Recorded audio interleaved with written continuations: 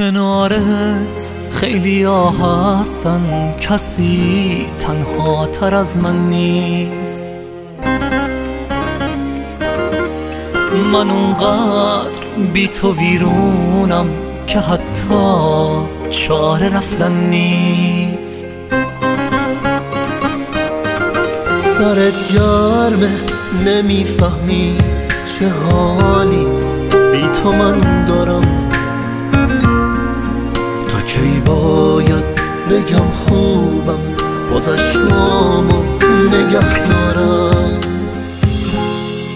میخوام که بگذارم از تو اگرچه دوری بیرحمه. میدونم قلب تو حتی نبودم رو نمیفهمه.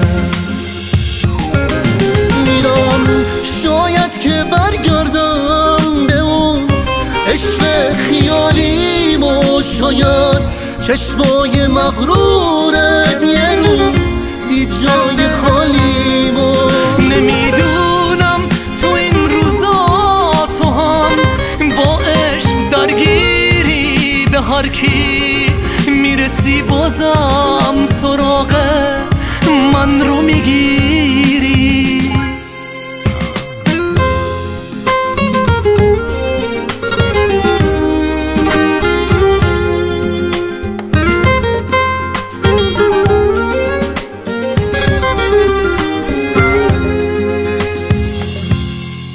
خیالاتی شدم شاید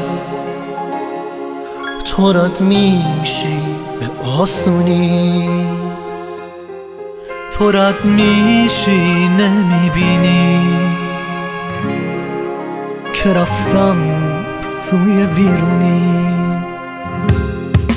میخوام که بگذارم از تو اگرچه دوری بیرحمه. میدونم قلب تو حتی نبودم رو نمیفهمه.